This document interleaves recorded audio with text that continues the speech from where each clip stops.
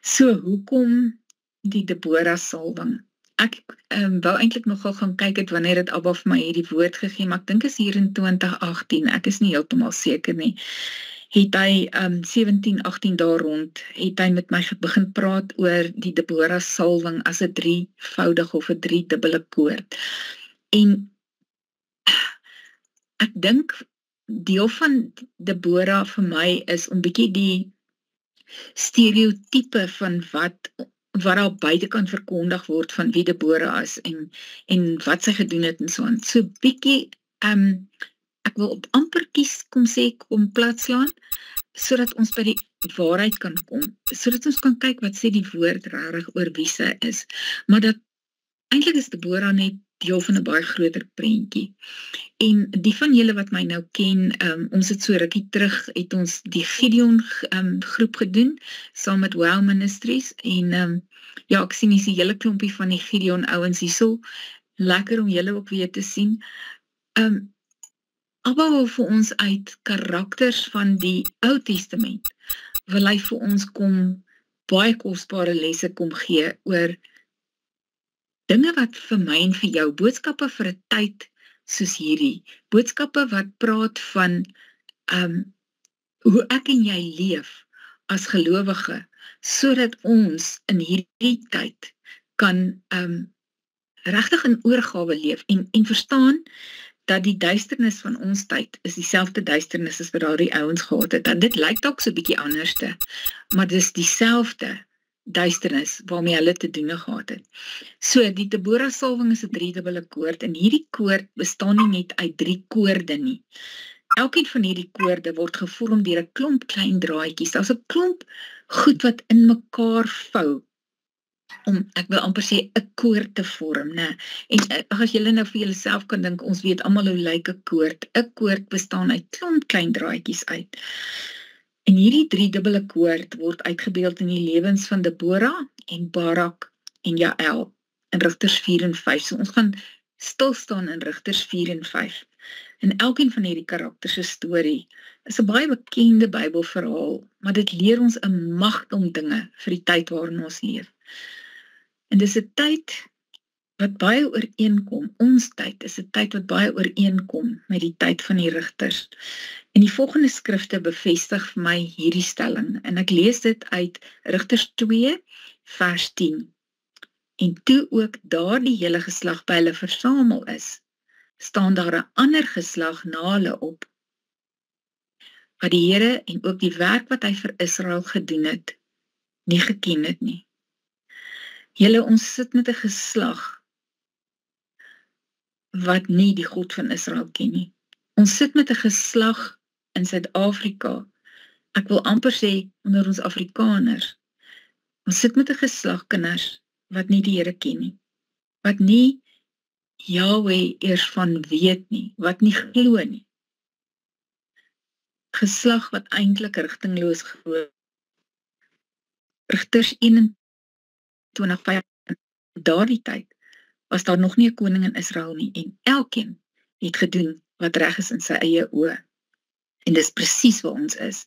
Elke ou doen presies wat hy wil in ons lewe. So ons gaan kyk na die agtergrond van die verhaal, en ons gaan definitief in die dieper betekenis ingaan van baie van die elemente van hierdie klein stukkie geskiedenis, en dan gaan ons kyk hoe dit ons lewens as gelowiges dan nou beïnvloed. So jy's deel van hierdie seminar of hierdie studies, want hy het 'n plan met jou geliefde. In die eerste plek gaan ons die waarheid soek. Ons gaan kyk wat sê die woord regtig oor Deborah. En ek gaan dalk so bietjie paar ouens se tone trap oor wat ons uitbeeld daar buitekant, of wat die kerk daar buitekant uitbeeld, of wat die wêreld daar aan die kant buitekant uitbeeld oor wie Deborah is. So ons gaan kyk wie sy regtig was. En dalk is daar van julle wat vir die eerste keer julle calling kry. En ander van julle se callings gaan versterk word of bevestig word. Ons gaan kyk na wie Barak is, en wie jou Barak is, en wie daardie Barak is wat opgeroep moet word. Ons gaan kyk waar is die oorlog. Ons gaan opgeroep word om die poorte te bewaak. Ons gaan so 'n bietjie leer oor profetiese aksies. Ons gaan bietjie kyk na worship, warfare. Ons gaan die hamer en die tentpen van die woord ontvang, en dan veral gaan ons bietjie kyk, wat is die aanslag teen die baarmoeders van ons gelowiges. En ek gaan in 'n later sessie daarby kom, so moenie jou kop nou daaroor breek nie. En dan wil ek vir julle sê, geliefdes, en ek dink ons almal weet dit, ons lewe in die tyd van Noag. So die mensdom word toenemend boos. Ek wil vir julle sê, dit voel vir my party daar niks wat die mens doen, verras my meer nie.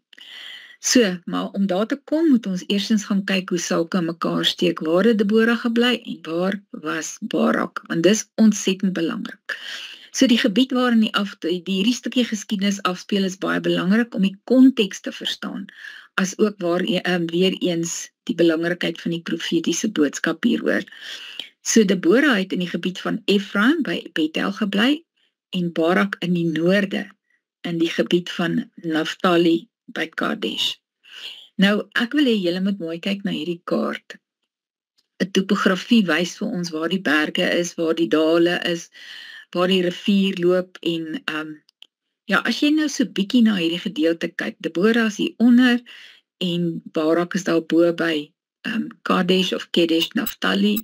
So dis nogal 'n hele entjie vir die van julle wat al in Israel was. Julle sal weet dat 'n bergie is nie 'n bergie. Bergie kan ook hier by ons 'n bergie wees, maar daar is dit nou nogal 'n berg en dit is heuwelgebied en dis eintlik was dit 'n baie onherbergsame gebied in daai tyd. So bedink dit so bietjie.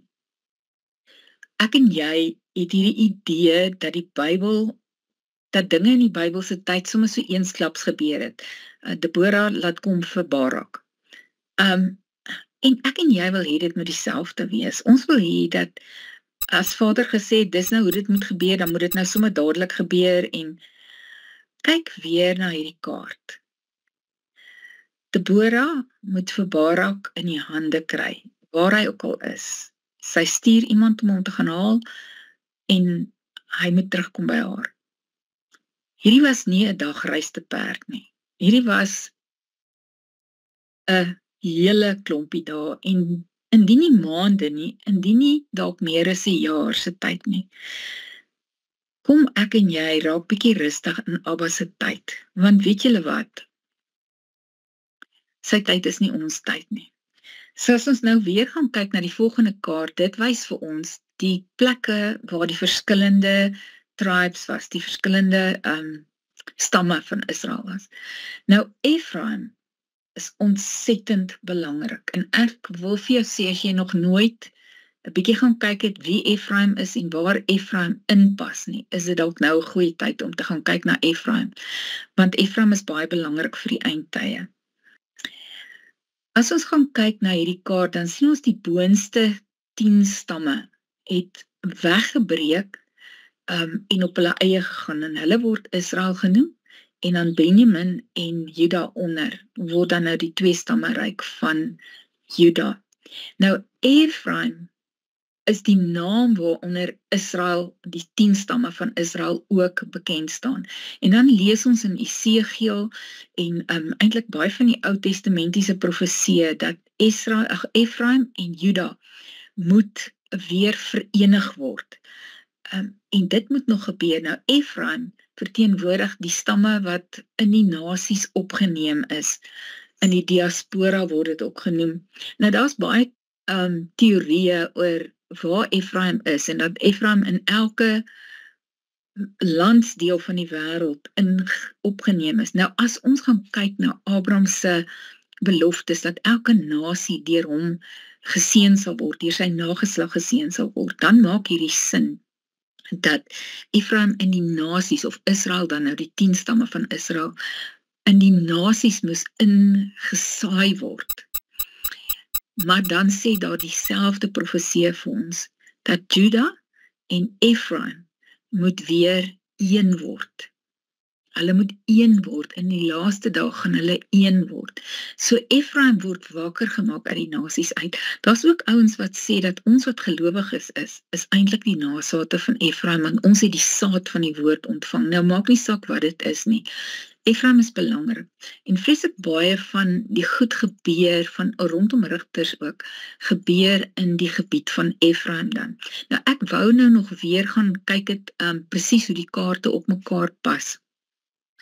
Maar as ek dit nie mis het nie, is Efraim die gebied waar Samaria later was. Want dit maak net sin dat, onthou, Samaria het ontstaan uit hierdie 10 stamme uit, wat in die nasies of wat in die watter Assirië, ek kan nou nie onthou watter wegvoering was dit nie, maar hulle het nooit teruggekom nie. En die Samaritane is juist hulle wat agtergebly, die bietjie van Israel wat agtergebly het, wat toe met die nasies om hulle verenig het, en dit is hoe die Samaritane ontstaan het. So Efraim lê in daai gebied, en as ek dit ook nie mis het nie, is dit waar die Wesbank nou is, en ek het nogal gedink ek wil gaan kyk, maar ek het toe nou nooit gaan kyk nie. So, dis ook belangrik om te weet dat die rigters het mekaar nie noodwendig opgevolg nie. Dis ook iets wat ons nie altyd verstaan nie, want ons dink kronologies, en ons lees die Bybel kronologies, terwyl dit eintlik glad nie kronologies is nie. So die rigters het mekaar nie opgevolg nie. Hulle het op verskillende plekke het hulle geregeer, en op verskillende plekke het hulle rol gespeel. Nou, omdat die meeste van die rigters, ek wil amper sê militêre oorwinnings gehad het, dink ons dat hulle almal militêr was. Maar eintlik is die rigters meestal, of die posisie van 'n rigter, die shafat, of dan nou meervoud shofatim, die boek rigters beteken, in Hebreeus is dit shofatim. Dit beteken eintlik 'n lawgiver, or somebody that governs people, to act as a lawgiver. So eintlik het hulle daar gesit meer in 'n siviele posisie.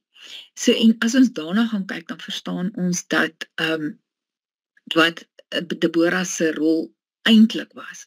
Nou vir die van julle wat saam met my die Gideon gedoen het, 'n rukkie terug, as julle nou bo kyk op hierdie kaart, dan sê julle sien Gideon is naaste by op die plek waar is in die omgewing van waar Barak ook sy oorwinning gaan behaal. Maar Deborah is hier onder in Efraim. En as ons gaan kyk hoeveel goed gebeur daar onder in Efraim, of in die omgewing van Efraim, dan is daar 'n hele klomp van die rigters wat weer daar gesentreer is. So ons moet altyd gaan kyk, wat is die agtergrond van dit wat ons bestudeer. Julle ouens, ek voel altyd, ons kan nie die Bybel bestudeer sonder 'n pen in die hand nie. So, gaan kyk wat is die plek, waar het dit gelê, dat jy net vir jouself 'n prentjie kan kry van hoe het dit daar gelyk.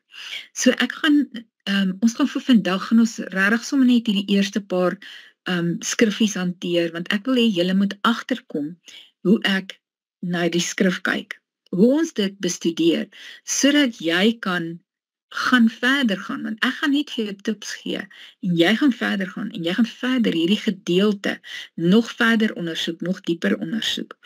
So ek gaan vir julle lees, maar ek gaan dit uit die NASB uitdoen, want hy sê hom net so bietjie op 'n ander manier, en ek weet hy's baie naby aan die Hebreeus, so ek wil dit vir julle so hier uitlees, so ons gaan begin by Judges 4, en die hele gedeelte gaan vers 1 tot 24, maar ons gaan net die eerste paar verse doen vandag. Then the sons of Israel again did evil in the sight of the Lord after Ehud died, and the Lord sold them into the hand of Jabin, king of Canaan, who reigned in Hazor, and the commander of his army was Sisera, who lived in Harosheth Hagoyim. Nou, ons het 'n klomp name hier, so om te weet wat die storie is, moet ons gaan kyk na hierdie name. So die eerste een waarna ons wil kyk is Ehud. Nou, Ehud was die rigter wat linkshandig was, en hy vermoor koning Eglon van Moab. Wat gebeur het, also net vinnig ter agtergrond, julle kan dit in Rigters 3 gaan lees, is hy was linkshandig, en hy maak toe vir hom 'n swaard met 2 snykante, en hy gaan toe in by die koning, en hulle het hom deursoek, maar hulle het nie sy swaard gesien nie, want sy swaard was versteek, en toe hy ingaan, toe sê hy, maar hy het 'n woord vir die koning, en die koning stuur toe al sy soldate weg, En Ehud steek toe met sy linkerhand die swaard toe tot in die steel. Steek hom in hierdie vet koning Eglon se maag in en die koning is toe nou dood. Net so 'n interessante storie. Daar's 'n legende dat Rut eintlik koning Eglon se dogter was. Is dit die waarheid? I don't know, maar dis 'n legende. So, maar sy was in elk geval van Moab, dit weet ons, né? Maar dan staan daar dat daar 80 jaar vrede was, want hy het Efraim opgeroep, en ons is nou in die gebied van Efraim, onthou dit, en daar was 80 jaar lang vrede. Nou, dit is interessant dat as jy gaan kyk na die rigters, is hulle gewoonlik of 40 jaar vrede, of in hierdie geval nou 80 jaar vrede. So daar's baie vrede in die tyd nadat Ehud gekom het. En 80 jaar klink vir ons min, maar 80 jaar is 'n hele geslag. Ek sê altyd vir die ouens, gaan kyk 'n bietjie, hoe lyk dit, die Egipte was 400 jaar in Egipte, die Israeliete was 400 jaar, plus minus, in Egipte. Weet julle dat ons Suid-Afrikaners nog nie 400 jaar in Suid-Afrika is nie? Weet julle hoeveel kan gebeur in 400 jaar? Weet julle hoeveel kan gebeur in 80 jaar? Hoe ver kan 'n volk in 'n oomblik so ver wegdraai van God? En dis scary as ons dit weet. Maar nou lees ons hierso, daar te staan 'n koning op, en hierdie koningsnaam was Jabin. Nou Jabin, moet ons weet, is eintlik 'n titel. Dis die titel van die konings van Kanaan. Dit was nie sy naam nie, maar Jabin beteken intelligent. En julle hierdie alles is in die handleiding, julle sal dit wel kry as julle julle boekies kry. So moenie bekommerd wees om al die name en hulle betekenisse op te teken nie. Dit is alles daar. So die ander notas kan julle neem, maar die name en al hulle betekenisse is in julle boekies, hoor. Dan sê hy, maar hy het geheers in Haroset Hagoyim. Nou ons kan dit vertaal, ek dink die Afrikaanse vertaling praat van Haroset van die heidene. Dit praat van daai Haroset of Haroset. Haroset is woodlands, met ander woorde, dis 'n bos van die nasies. So onmiddellik sê dit vir ons, Jabin praat van intelligensie en dit praat oor die nasies. So daar is vir ons al klaar 'n teken van Vader wil hê ons moet aandag gee aan dit wat hier besig is om te ontvou, en ons gaan nie nou verder daaroor bekommer nie, want ons gaan baie meer intens na wat gebeur. Goed, vers 3. The sons of Israel cried to the Lord, for he had 900 iron chariots, and he oppressed the sons of Israel severely for 20 years. So na die 80 jaar, is daar 20 jaar, waarin hierdie Jabin en Sisera met die 900 chariots die volk vervolg vir 20 jaar. En weer eens, wat kan alles gebeur in 20 jaar, né? En dan lees ons in vers 4. Now Deborah, ek gaan haar naam nie as Deborah lees nie, ek wil hom lees as Deborah. Eintlik is dit in Hebreeus Devorah, maar ek gaan hom lees as Deborah, want ons wil op die ou end uitkom, by wat haar naam eintlik sê, maar dit kom in 'n ander sessie, ons gaan daarby kom. Maar Deborah se naam beteken by, sy's 'n by. En dan staan daar, she was a prophetess, so sy was 'n profetes wat haar oor was by God se mond gewees. Sy het gehoor, sy het woord gekry van hom af, en die volgende een wat ons moet kyk is, she was the wife of Lapidot. Nou, Isha is die Hebreëse woord wat kan vertaal word met wife of met woman. En dan kry ons Lapidot. Nou, Lapidot is die vroulike vermenigvuldiging van die woord lapid. En lapid beteken to shine, a flambeau, or a lamp, or a flame, or a firebrand, of a burning lamp, or a lightning, or a torch. Lees nou weer. Now Deborah, a prophetess, the wife of Lapidot, was judging Israel at the time. Of Now, Deborah, a prophetess, a woman of Lapidot, was judging Israel at that time. Die feit dat daar staan sy is die vrou van Lapidot maak nie regtig sin nie. Want nêrens verder lees ons 'n woord verder van 'n man met die naam Lapidot nie. En dit is eintlik teen Bybelse beginsels, wil ek amper sê, dat 'n vrou sou so optree sonder haar man. Haar man was haar covering, hy was haar, dit maak net nie sin nie. Dis 'n baie meer belangrike vertaling om te sê, sy was 'n vrou, 'n vurige vrou. Sy was 'n karakter, want haar karakter was vurig, fees, fiery. Kan julle haar sien sit onder 'n dadelpalm, en waar sy die volk toespreek met woord.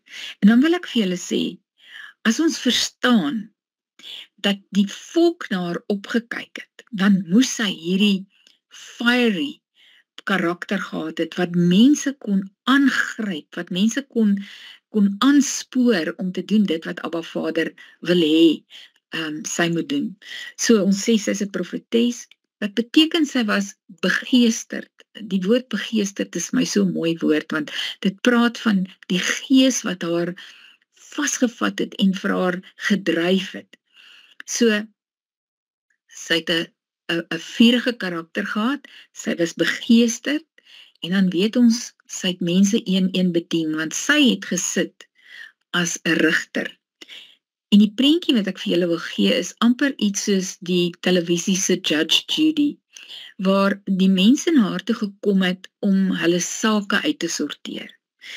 En dan besef ons, sy het nie net mense een bedien nie, sy het 'n nasie beïnvloed. She impacted a nation. Sy kon nie hierdie sagte ou vroukie gewees het nie. Sy was 'n vurige vrou wat gestaan het vir dit wat reg is, wat gestaan het op die woord van God, en daarom kon hy haar gebruik het. En vir my en vir jou is die boodskap daar. Jahweh gebruik gewone mense, gewone vroue, wat vurig lief is vir hom, wat lief is vir die waarheid, om 'n verskil te maak in die wêreld.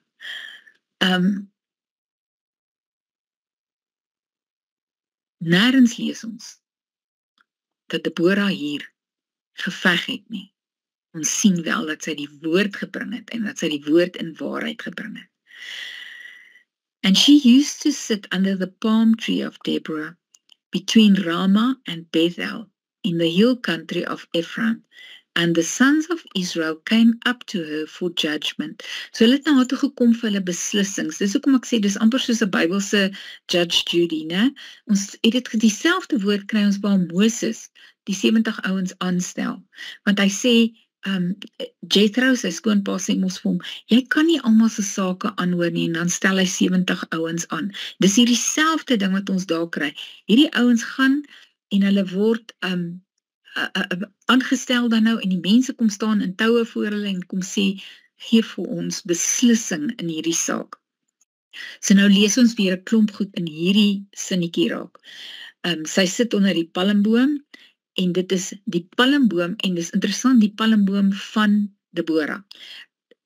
Klein woordjies maak partykeer in die woord so 'n verskil in wat ons raak sien daarso.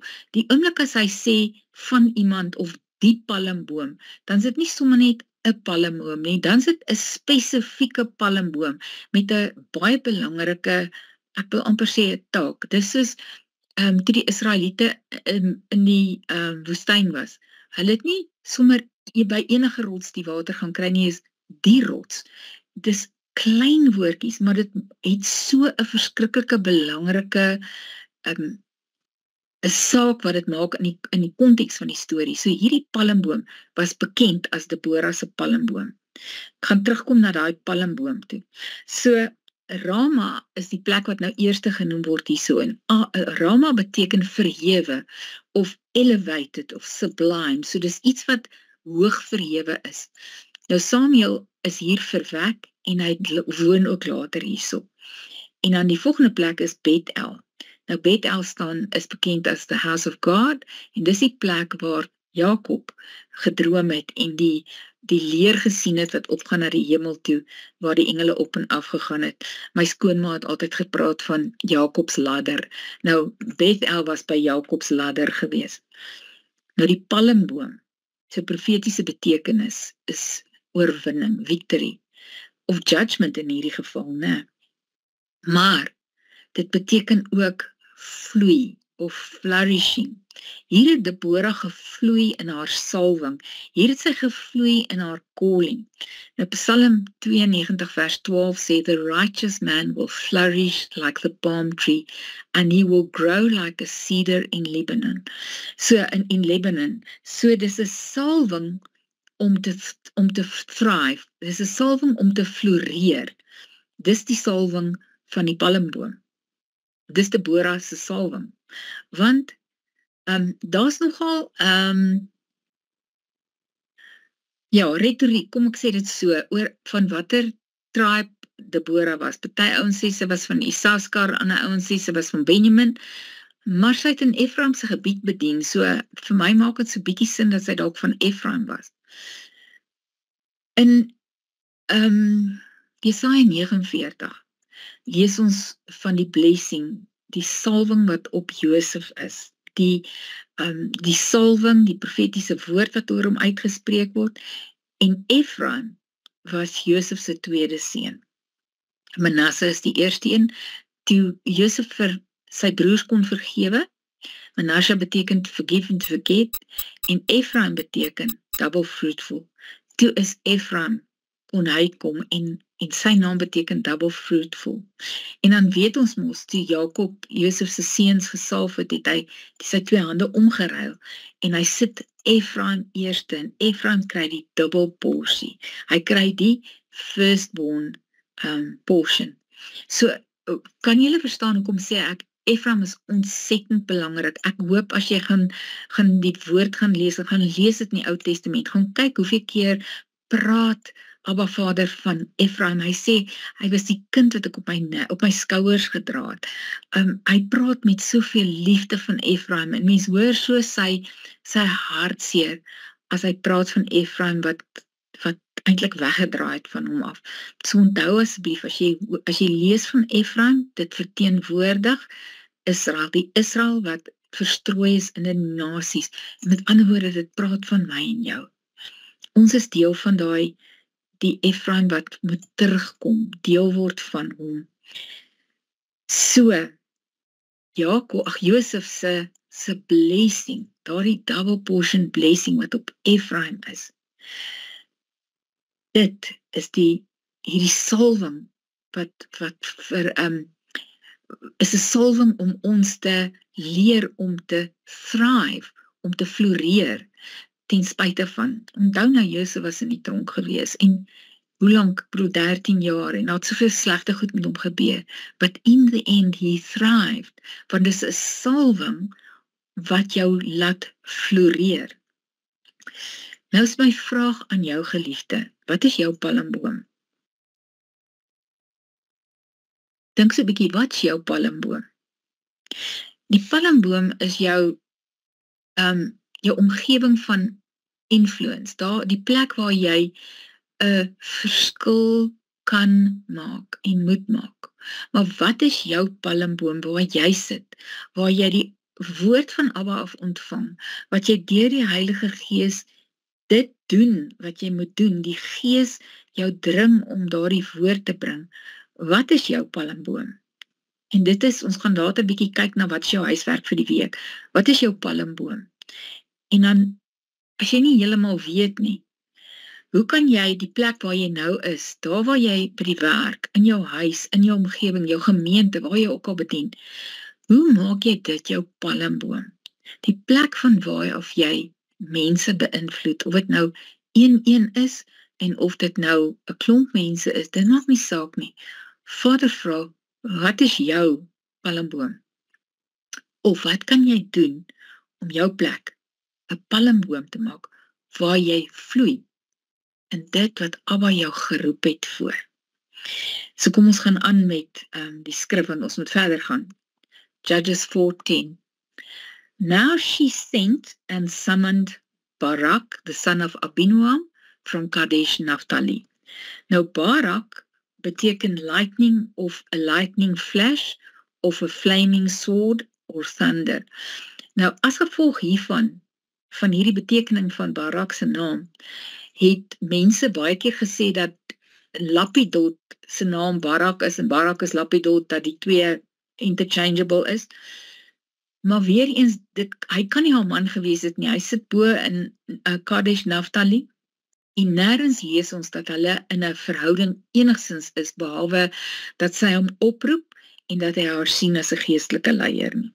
Maar wat interessant is, haar naam het te doen met lig en met vuur, en nou kry ons hierdie selfde konnotasie aan Barak se naam, die lig en die vuur en 'n flaming sword. En dis belangrik om te weet dat hierdie salwing, wil ek amper sê, het 'n dubbele salwing van vurigheid vir die woord en vir die waarheid van God. En ons gaan later baie meer kom by elkeen van hierdie karakters in hierdie storie. Ek gee nou nog net agtergrond. So dan gaan ons in diepte kyk hoe elke ou se storie vervleg is in hierdie driedubbele salwing. So ons sien dat sy pa se naam Abinoam is, wat beteken Father of Beauty. Een van die mooiste skrifte in die psalms is Psalm 90 vers 17. En dit sê in die meeste vertalings, die guns van God of the favor of God rests upon you, maar die oorspronklike sê eintlik, the beauty of the Lord rests upon you. The beauty of Yahweh rus op jou geliefde.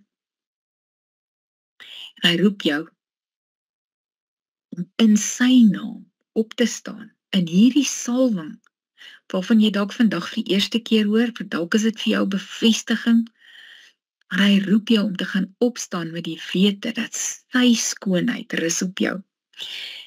In Numeri 6, as die priesters die volk moes seën met die baie bekende, die Here seën jou, ek gaan nou nie die hele en lees, gaan lees die laaste vers en hy sê daarso, julle moet die volk seën, plaas my naam op hulle.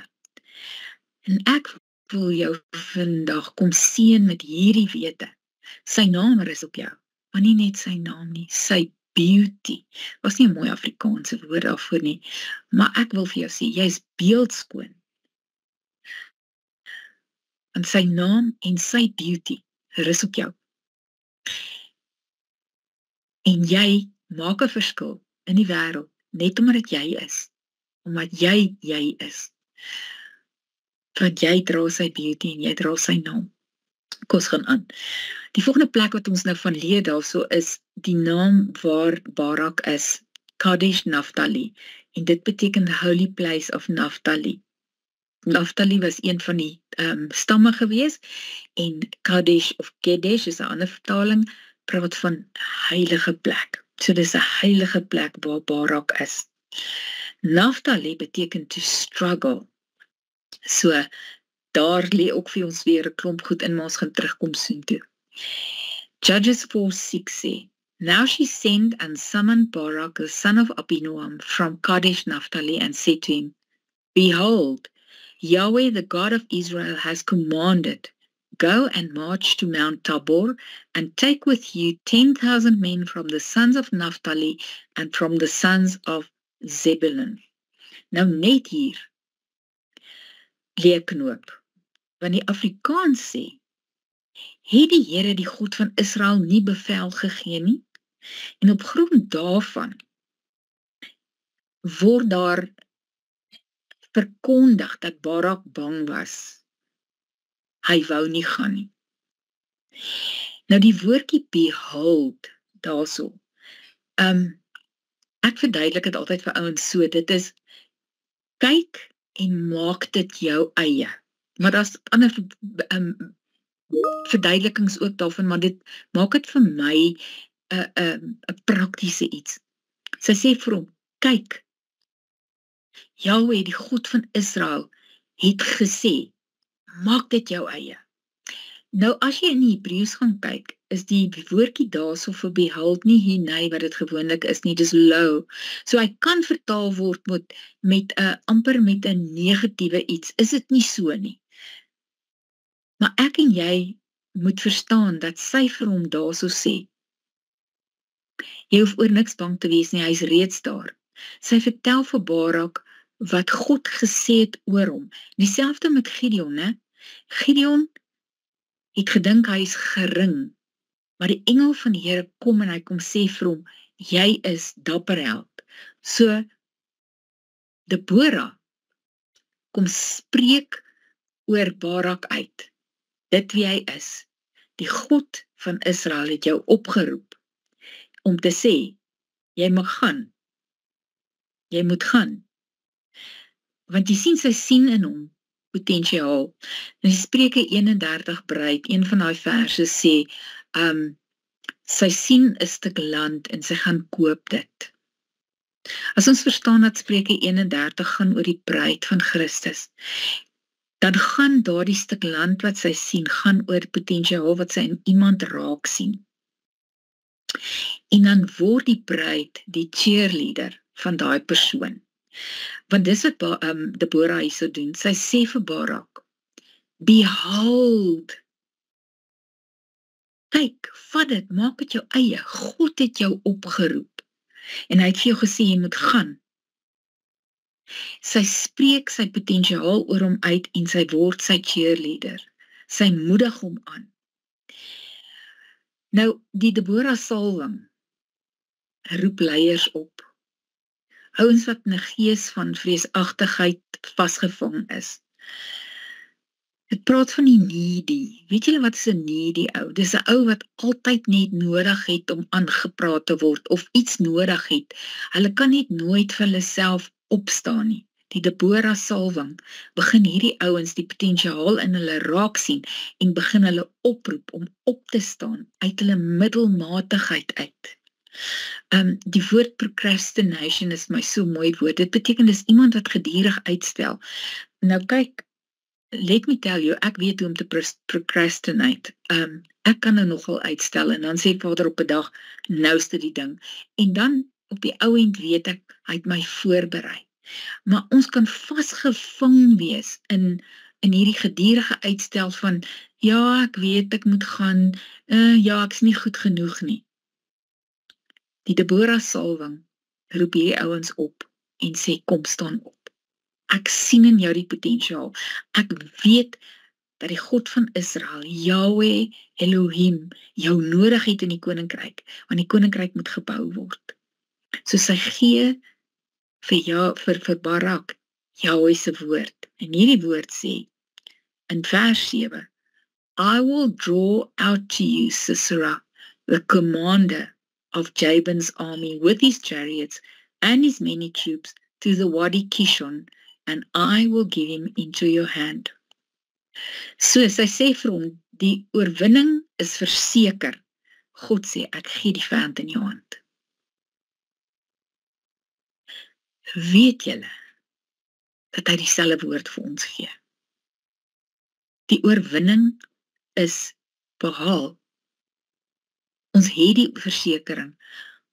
Ons het die oorwinning in ons hande.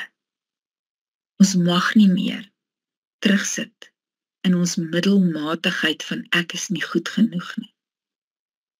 Hy roep ons op om op te staan. En ek vertrou, geliefde, teen die einde van hierdie reeks, gaan jy sien waar jy kan insluit, waar jy kan inskuif in die koninkryk. Ek vertrou dat jy so 'n passie gaan kry vir dit waarvoor Abba jou oproep in die koninkryk, om 'n verskil te gaan maak.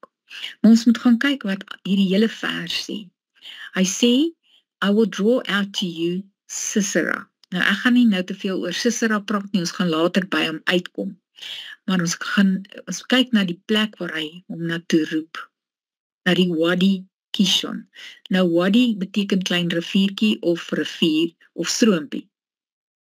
Nou as ons gaan kyk na Kishon, dit beteken hard of saw or winding, met ander woorde, iets wat draai. As ons dan nou gaan verder lees, dan sien ons is die tweede grootste rivier in Kanaan, en in die somer is dit 'n droë bedding, en is aan die voet van Mount Tabor, die berg Tabor. Nou, daar's baie in die skrif oor Mount Tabor. Ons gaan nog terugkom daarna toe. Mount Tabor beteken choice, of purity, of bruising. En die gebied waarin dit is Zebulonse gebied, en Zebulon beteken to dwell. Dis die stam Zebulon, en dit beteken to dwell, of om daar te bly. En dan hoor ons wat is Barak se antwoord. Barak sê vir haar, "If you will go with me, then I will go. But if you will not go with me, I will not go." En hier lê weer eens so 'n groot probleem in wat verkondig word daar buitekant. Want so baie mense kyk na hierdie skrif en sê, Barak was bang en daarom moes Deborah saamgaan om te gaan veg. Geliefdes, ons lees nie een keer dat Deborah geveg het nie. Nee, glad nie. Barak soek haar salwing, haar leiding en haar wysheid. Want jy sien, sy was die manifestasie van die teenwoordigheid van Jahweh. Sy het vir hom die teenwoordigheid van Jahweh kom wees by hom. Hy het geweet haar oor is by Abba se mond en hy het geweet hy moet haar saam hê, want hy het haar calling verstaan, hoe belangrik haar insig is vir sy taak. En ek kan amper sê sy was vir hom 'n geestelike vroedvrou wat hom deur hierdie tyd sou lei om te luister na die woord van God. Deel van die Deborah salwing is om die Barak leiers op te roep. Maar dis ook om vir die Barak leiers te wys hoe belangrik die Deborah salwing is. Want die Deborah salwing gaan oor om te luister wat God sê en om te doen wat God sê. En om die leiers so aan hulle, ek kan dit nie anders te noem as 'n cheerleader te wees nie, om hulle aan die hand te vat en te sê, I will go with you, you do the fighting, I will do the praying, I will do the listening, you do the fighting. Dis ontsettend nodig dat ons verstaan dat die een het die ander so nodig. En dan is my vraag ook aan jou. Verstaan jy die belangrikheid van jou taak? Verstaan jy hoe belangrik is jou calling in die koninkryk? En dan die laaste vers waarna ons gaan kyk vandag. Deborah said, I will surely go with you, nevertheless, the honor shall not be yours on the journey that you are about to take, for Yahweh will sell Sisera into the hands of a woman. Then Deborah arose and went with Barak to Kadesh. And Barak called Zebulun and Naphtali together to Kadesh, and 10,000 men went up with him, and Deborah also went up with him. So, Jael was reeds in plek, en Deborah spreek ook oor haar profetiese woord uit. Maar ek en jy moet verstaan, dat hierdie is 'n profetiese woord wat oor die bruid uitgespreek word, wat oor my en jou uitgespreek word. Want Barak kry nie die eer nie. 'n Vrou kry die eer. En daai vrou, Jael, verteenwoordig die bruid, die hele bruid, wat die oorwinning gaan behaal oor die vyand, met die krag, met die woord van God. Goed, so, ek wil hê jy moet 'n paar goedjies van bedink hierdie week. Wil jy kitsoplossings hê vir jou probleme? Of was dalk juist besig om jou karakter en jou geestelike ontvanklikheid gereed te kry vir die eintlike oorwinning? Maar die pad wat jy stap, dink net bietjie aan daai heel eerste kaart waarna ons gaan kyk het. Dit was 'n moeilike pad daai. Ek dink sommer aan die boodskappers wat moes gaan om daai pad te gaan stap om vir Barak te gaan haal. Die pad wat hulle moes loop, berg op, berg af, onherbergsaam. Partykeer is die ou wat by my en jou moet uitkom, Dalk daai boodskapper of daai handlanger is dalk besig om hierdie pad te stap. Dalk is jy die een wat hierdie pad stap, hierdie moeilike pad, om dit by die oorwinning te kom. Kom ons hou op om kitsoplossings van ons Abba Vader te verwag. Dit lyk vir ons in die Bybel, of goed sommer net so eensklaps gebeur het. Nee, dit het nie. Daar's 'n storie agter die storie, en ons moet altyd gaan kyk, wat is die storie agter die storie? Die tweede vraag is, wat is jou palmboom? Jy moet hierdie week bietjie gaan sit en dink, wat is jou palmboom? Wat is die plek van waar af jy 'n verskil kan maak in die wêreld? Die plek van waar af jy die barak in jou lewe moet, of die barakke in jou lewe moet inroep. Nie inroep in jou lewe, in die oproep om op die koning. Jy moet gaan vra vir hom, wie is hierdie barakke, vir wie jy moet bid, dat hulle in hulle posisie sal kom. En dan my laaste vraag aan jou is, verander die inligting oor wie Deborah was, dalk jou gedagtes oor jouself. Jy sien, ons het hierdie prentjie van Deborah wat hierdie warrior bride is. En as ons na die prentjie gaan kyk, gaan julle sien, sy was eintlik glad nie 'n warrior bride nie. So my vraag aan jou is, verander hierdie inligting oor wie jy nou al reeds gehoor het, wie Deborah is, jou gedagtes oor jouself. Is jy intens? Is jy 'n fiery woman? Het jy hierdie begeerte om met die ouens te praat, vir hulle woord te gee? Geliefde, jy is dalk dan net 'n Deborah, sonder 'n swaard, maar met die woord op jou lippe. Maar dis eintlik wat ons moet wees.